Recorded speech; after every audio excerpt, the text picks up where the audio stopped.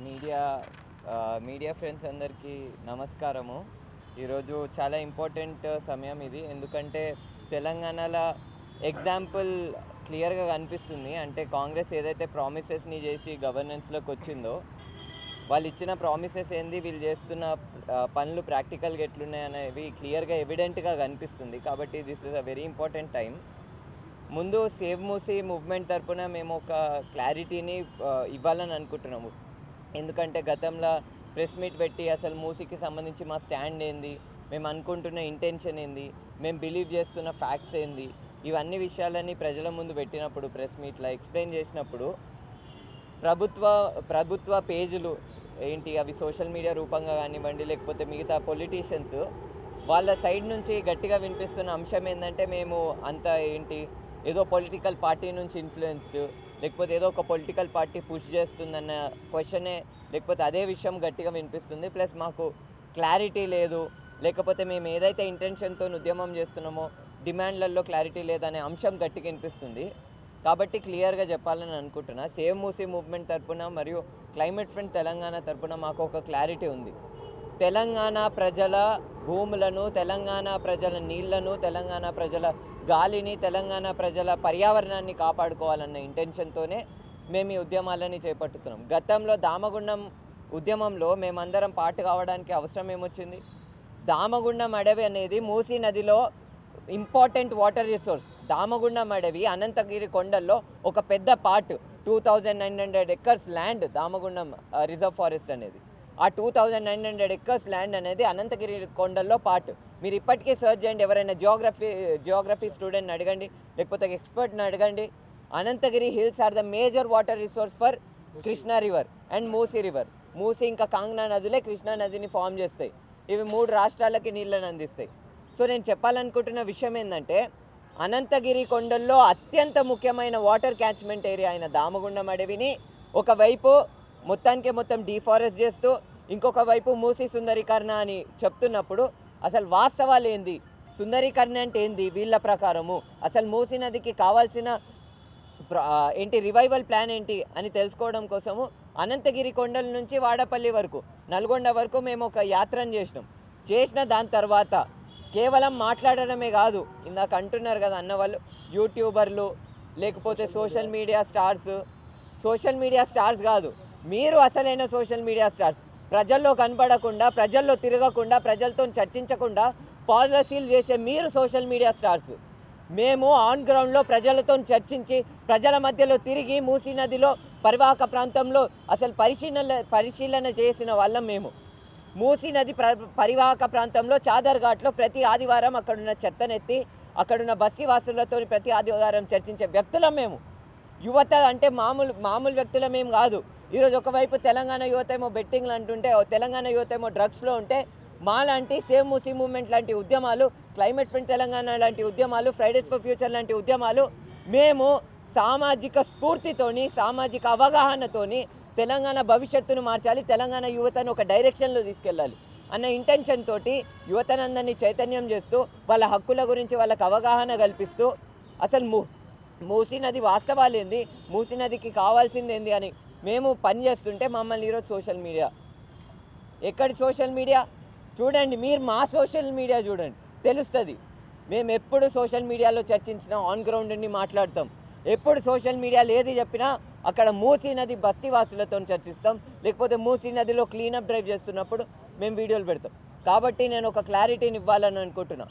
Save Musi మూవ్మెంట్గా ఏదైతే ఈ youth lead peoples movement ఉందో, సేవ్ మూసీ మూవ్మెంట్ అనేది కాన్స్టిట్యూషన్లో బిలీవ్ చేస్తుంది, డెమోక్రసీలో బిలీవ్ చేస్తుంది, క్రియేటివ్ రెసిస్టెన్స్లో బిలీవ్ చేస్తుంది. మేము ఏం యాక్షన్ తీసుకున్నా కానీ కాన్స్టిట్యూషనల్ ఫ్రేమ్వర్క్లోనే ఆ యాక్షన్స్ని తీసుకుంటున్నాము. కాన్స్టిట్యూషనల్ ఫ్రేమ్వర్క్లో ఏవైతే హక్కులు మాకు రాజ్యాంగం కల్పించిందో అవే హక్కుల లోబడి మేము ఈ నిరసనలని తెలుపుతున్నాం. ముందుగా ఒక పాయింట్ ఏంటంటే, మూసీ రివర్ ఫ్రంట్ ప్రాజెక్ట్ని మీరు ఎందుకు వ్యతిరేకిస్తున్నారు? మూసీ రివర్ ఫ్రంట్ ప్రాజెక్ట్ వస్తే నీళ్ళన్నీ శుభ్రమవుతాయి కదా, మరి ఎందుకు వ్యతిరేకిస్తున్నారంటే, రివర్ ఫ్రంట్ ప్రాజెక్టు సబర్మతిలో ఉంది కదా, మరి సబర్మతిలో నీళ్లు సాఫ్ అయినాయా? రివర్ ఫ్రంట్ ప్రాజెక్టు 2014లో ఇనాగరేట్ అయింది, 2015 ఇనాగరేట్ అయింది నరేంద్ర మోడీ అహ్మదాబాద్లో, గుజరాత్లో. మరి 10 సంవత్సరాలు అవుతుంది రివర్ ఫ్రంట్ కట్టి, మరి ఇప్పటికీ ఆ నీళ్లు సాఫ్ అయినాయా? సబర్మతి నీళ్లు తాగి చూపిస్తారా? ఏ మంత్రి దగ్గరైనా దమ్ముందా? రమ్మనండి, నాతోటి పోదాం, సబర్మతి నది దగ్గరకు పోదాము, అక్కడ నేను గ్లాస్ ఇస్తా, తాగి చూపించమనండి. రియాలిటీ సోషల్ మీడియా స్టార్స్ అంటున్నారు కదా, ప్రాక్టికల్ స్టార్స్ అవుదాం, పోదాం పద. నేనే డబ్బులు ఇస్తా, ట్రైన్ ఖర్చులు నేనే డబ్బులు ఇస్తా, ఫుడ్ కూడా నేనే చూసుకుంటా, రమ్మనండి, దమ్ముంటే రమ్మనండి. రివర్ ఫ్రంట్లు అంటే సాల్వ్ చేస్తాయంట. ఈ మాట నేను సబర్మతి గురించి ఎందుకు మాట్లాడుతున్నా అంటే, నిన్న సెకండ్ మార్చికి సబర్మతి రివర్ ఫ్రంట్ ప్రాజెక్ట్ దగ్గరికి పోయిర్రు మన కాంగ్రెస్ పార్టీ పొలిటీషియన్స్. పోయి వాళ్ళు బీజేపీ వాళ్ళు కొట్లాడుతున్నారు. అరే బీజేపీ కాంగ్రెస్ డిబేట్ కాదు తెలంగాణకి కావాల్సింది, పీపుల్ వర్సెస్ పొలిటీషియన్స్ ఏదైతే ఫ్రేమ్వర్క్ చేస్తున్నారో దాన్ని క్రిటిక్ చేయడమే కదా ప్రజల బాధ్యత. వాళ్ళు తీసుకుంటున్న యాక్షన్స్ అసలు ప్రజలకి న్యాయాన్ని చేకూరుస్తున్నాయా లేదా అనే అంశాల గురించి కదా మనం చర్చించాల్సింది. సో మేము అంటుంది ఒక క్లారిటీ ఉంది మాకు, తెలంగాణ ప్రజలకి మూసీ మీద ఒక పునర్జీవనం ప్రాజెక్ట్ కావాలి, కానీ ఆ పునర్జీవనం ప్రాజెక్ట్ ఒక స్కామ్ కావద్దు. River front is a scam, ఇది గుర్తుపెట్టుకోండి ప్రజలారా. రివర్ ఫ్రంట్ వల్ల తెలంగాణ ప్రజలకి వచ్చేది అప్పు మాత్రమే, తెలంగాణ ప్రజలకు ఒక్క రూపాయి కూడా లాభం రాదు. మొన్న పూణేలో ఉన్న ప్రజలు చేసిన ఒక స్టడీ ప్రకారం ఏం తేలిందంటే, ఒక నది ఉట్టి నీళ్లు కాదు, నదంటే ఉట్టి నీళ్లు కాదు, నదంటే దాని పక్కనున్న మట్టి కూడా, నదంటే ఆ మట్టి మీద పెరుగుతున్న చెట్లు కూడా, ఆ మట్టి మీద ఉన్న పక్షులు కూడా. ఈ అంశం గురించి నేను ఎందుకు మాట్లాడుతున్నా అంటే, పూణేలో ఉన్న ప్రజలు చేసిన స్టడీ ప్రకారం తేలింది ఏంటంటే, పూణేలో ఉన్న మూలామూత నది ప్రతి సంవత్సరం 5,000 కోట్ల ఆదాయాన్ని అక్కడున్న గవర్నమెంట్కి క్రియేట్ చేస్తుంది. 5,000 కోట్ల రెవెన్యూని ఒక నది క్రియేట్ చేస్తుంది. మరి మన మూసీ నది పరివాహక ప్రాంతము కొన్ని వేల కోట్ల ఆదాయాన్ని ప్రతి సంవత్సరం జనరేట్ చేస్తుంది. ఎంత కాలుష్యం ఉన్నప్పటికీ అదొక డిఫరెంట్ ఈకాలజికల్ సిస్టమ్ సర్వీసెస్ అని అంటారు దాన్ని. అది కొన్ని సర్వీసెస్ని ప్రొవైడ్ చేస్తుంది. నీళ్లు కానివ్వండి, రైతులకు నీళ్లు అందించడము, లేకపోతే అక్కడ చేపలు పట్టే వాళ్ళకి గ్రౌండ్ వాటర్ సోర్స్ కావడం, ఇట్లా వివిధ సోర్సెస్ని ఒక నది అనేది అందిస్తుంది. మరి ఇంత వేల కోట్ల ఆదాయాన్ని అందజేస్తున్న ఒక నదిని, ఆ రివర్ బెడ్ని మీరు సిమెంట్ వేసి పర్మనెంట్గా చంపేస్తామని అంటే, కాంక్రీట్ జంగల్ చేసేస్తామంటే ఎందుకు అడ్డుకోం? రేవంత్ రెడ్డి ఒక 20-30 సంవత్సరాల తర్వాత ఉండడు, పొంగులేటి శ్రీనివాస్ గారు లేకపోతే మిగతా మంత్రులు ఎవ్వరు ఉండరు. ఉండాల్సింది నేను, లేకపోతే మా మిగతా భవిష్యత్తు తరాలు ఉంటాయి ఈ తెలంగాణలో. మరి భవిష్యత్తు తరాలు actual stakeholders for Telangana are we the youth of Telangana. Telangana భవిష్యత్తు స్టేక్ హోల్డర్స్ ఎవరు? రేవంత్ రెడ్డా, లేకపోతే మిగతా కేసీఆరా, లేకపోతే బండి సంజయ, ఈ రాజకీయ నాయకుల? మేము మా భవిష్యత్తు గురించి చర్చిస్తే, మేము మా భవిష్యత్తు గురించి యాక్షన్ తీసుకొని, మా కాలేజీలు విడిచిపెట్టి, మా భవిష్యత్తు విడిచిపెట్టి, మేము రోడ్ల మీదకి దిగి మా భవిష్యత్తు గురించి మేము పని చేస్తే మేము ఈరోజు ఒక పార్టీ ఏజెంట్ అయిపోతున్నాం. బీఆర్ఎస్కి విరుద్ధంగా మేము మాట్లాడినంత మాట్లాడి రైళ్ళు బీజేపీ ప్రభుత్వానికి విరుద్ధంగా ఈరోజు దేశవ్యాప్తంగా క్లైమేట్ ఫ్రంట్ చేస్తున్న పోరాటం ఏదైనా పార్టీ చేస్తుందా? కాంగ్రెస్ పార్టీ, బీజేపీ ఎన్నో చోట్లలో రివర్ ఫ్రంట్ కడితే వాళ్ళే స్టేట్మెంట్లు ఇచ్చారు, అరే రివర్ ఫ్రంట్ ప్రజలకు వ్యతిరేకమని.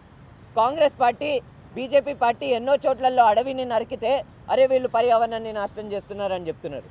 మరి అదే డైలాగ్ని మేము తెలంగాణలో చెప్తే మీకు ప్రాబ్లం ఎందుకు వచ్చింది? మేము ఈరోజు పెయిడ్ ఆర్టిస్టులు ఎందుకైనా నేను చెప్పాలని అనుకుంటున్నా, river front is a scam. River front వల్ల పేద ప్రజల ఇల్లులు కూలుతాయి తప్ప నీళ్లు శుభ్రం కావు. మరి గాంధీ సరోవర్ అంట, ఎవడు అడిగిండు? గాంధీ సరోవర్ ఎవరు అడిగిండ్రు? అసలు గాంధీ స్టాచ్యూ ఎవరు అడిగిర్రు? తెలంగాణ ప్రజలారా గట్టిగా గుర్తుపెట్టుకోండి, గాంధీ గ్రాండ్ సన్, గాంధీ మనవడే తుషార్ గాంధీ, ఆయననే మొన్న చెప్పిండు, గాంధీ పేరు మీద ఈ మోసం చేయకండి, గాంధీ పేరు మీద పేదల ఇల్లులు కూల్చకండి అని గాంధీ మనవడే చెప్పిండు.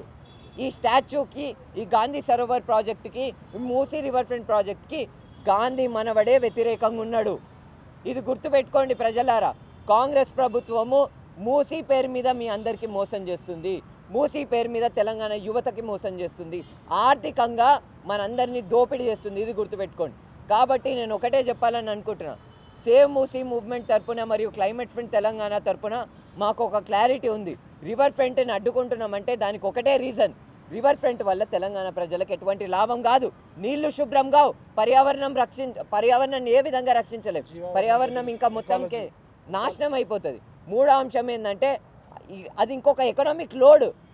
ఇప్పుడు మూసీ రివర్ ఫ్రంట్ అని చెప్పి మీరు కన్స్ట్రక్షన్ చేసినప్పుడు అక్కడ ఇల్లులు డెమాలిష్ చేస్తారు. ఆ ఇల్లు డెమాలిషనే కాదు, ఆ ఇల్లులు డెమాలిష్ చేసిన వాళ్ళకి మళ్ళీ కంపెన్సేషన్ ఇవ్వాలి కదా. మరి ఆ పైసలు ఎడికెళ్ళి వస్తాయి? అసలే పైసలు లేవు, ఏం చేసినా పైసలు లేవు, నా చెప్పులు ఆడబెడతా ఈడబెడతా కోసుకొని తిన్నా కానీ పైసలు లేవని అన్న ప్రభుత్వము ఈరోజు డెమాలిషన్ చేయడానికి డబ్బులు ఉంటాయి, డెమాలిషన్ చేసి మళ్ళీ రీహాబిలిటేషన్కి డబ్బులు ఉంటాయి, స్టాచ్యూలు కట్టడానికి డబ్బులు ఉంటాయి. కాబట్టి మేము చెప్పాలనుకుంటుంది ఒకటే, మీకు గనక మూసీ నదిని కాపాడాలన్న ఇంటెన్షన్ ఉంటే మేము ఇన్వైట్ చేస్తున్నాం, సేమ్ మూసీ మూవ్మెంట్ తరపున మేము ఇన్వైట్ చేస్తున్నాం, వెల్కమ్ చేస్తున్నాం ఆ డిసిషన్ని. మూసీ మీద మీ నినాదం గొప్పనైన నినాదం, అవసరమైన నినాదం, కానీ మీరు తీసుకుంటున్న యాక్షన్ అన్నెసెసరీ అండ్ యూజ్లెస్. కాబట్టి మీకు చిత్తశుద్ధి ఉంటే, మీకు ఇంట్రెస్ట్ ఉంటే ఇమీడియట్లీ మూసీ రివర్ ఫ్రంట్ ప్రాజెక్ట్ని వెనక్కి తీసుకొని కాలుష్యాన్ని ఏ కంపెనీలు ఏ గవర్నమెంట్ బాడీలు అయితే మూసీ నది లోపల సీవేజ్ వాటర్ని మరియు కాలుష్య నీళ్ళని పారిస్తున్నాయో ఆ బాడీలని అకౌంటబుల్ నిల్చోబెట్టండి, ఆ బాడీల మీద ఫైన్ విధించండి, ఎస్టీపీలు కట్టండి, ఎఫ్లూయెంట్ ట్రీట్మెంట్ ప్లాంట్లు కట్టండి. సుందరి కన్నా సూర్యాపేట ప్రజలు అడగలేదు, సుందరి కన్నా నల్గొండ ప్రజలు అడగలేదు. నల్గొండ ప్రజలు, సూర్యాపేట ప్రజలు, మూసీ పరివాహక ప్రాంతంలో ఉన్న ప్రజలు అడిగింది నీళ్ళ శుభ్రత. ఇది గుర్తుపెట్టుకోండి. మూసీ పేరు మీద మోసం నహి చలేగా, నహి చలేగా, ఇది గుర్తుపెట్టుకోండి. మళ్ళా మీరు అంటున్నారు కదా మా వల్ల మేము చేస్తున్న ఉద్యమాల వల్ల ఏం జరగదని. సురేష్ అన్న డప్పు కొడితేనే కొట్టుకోబోతారు ఇల్లు, సురేష్ అన్న డప్పుకే భయపడి పారిపోతారు ఇల్లు. ఎందుకంటే ఇప్పటి వరకు డిపిఆర్ ముందుకు ఎందుకు పెట్టలేదు? డీటెయిల్ ప్రాజెక్ట్ రిపోర్ట్ అనేది ఒక ప్రైమరీ రిపోర్ట్ కదా, అసలు ప్రాజెక్ట్ ఏం చేస్తున్నారో ప్రజల ముందు పెట్టాలి కదా.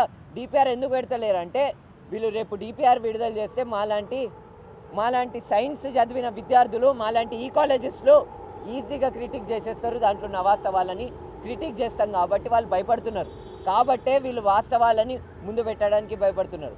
కాబట్టి క్లియర్గా మూసీకి సంబంధించి పరివాహక ప్రాంతంలో ఉన్న ప్రజలతో చర్చిస్తున్నాం, బస్తీ తిరిగి అక్కడున్న ప్రజలకి చైతన్యపరుస్తున్నాం, వాస్తవాలు ఏందో చెప్తున్నాము సేమ్ మూసీ మూవ్మెంట్ తరఫున. ఇంకా multiple high rise building already exist అవుతున్నాయి మూసీ పరివాహక ప్రాంతంలో. మూసీ నది లోపల హై రైజ్ బిల్డింగ్లు ఇప్పుడు కడుతున్నప్పుడు వాటి మీద యాక్షన్ ఎందుకు లేదు? అరే మీరు ప్రీవియస్గా ఉన్న ఇల్లులని కూల్చే బదులు ఫస్ట్ ఇమీడియట్గా హాల్ట్ చేయండి, కొత్త లేఅవుట్లని ఇవ్వకండి, కొత్త లేఅవుట్లని అసలు ఇవ్వకండి, ఉన్న ఇల్లులని అట్లనే ఉంచి కొత్త లేఅవుట్లని ఆపేయచ్చు కదా, నార్సింగి వైపు అటువైపు.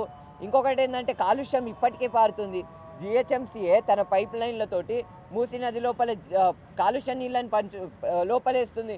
మరి దాని మీద యాక్షన్ ఏది? దాని మీద అకౌంటబిలిటీ ఏది? సో క్లియర్గా మేము అదే చెప్తున్నాము, ఫస్ట్ కాలుష్యాన్ని లోపల పంపిస్తున్న ఆ గవర్నమెంట్ బాడీలని ఇమీడియట్గా ఏంటి యాక్షన్ తీసుకోండి, వాటి మీద ఫైన్లు విధించండి అని మేము కోరుకుంటున్నాం సేవ్ మూసీ మూవ్మెంట్ తరపున మరియు క్లైమేట్ ఫ్రంట్ తెలంగాణ తరపున. ఇప్పుడు క్లైమేట్ ఫ్రంట్ తెలంగాణ ప్రెసిడెంట్ ఆరుణ్య మాట్లాడుతుంది.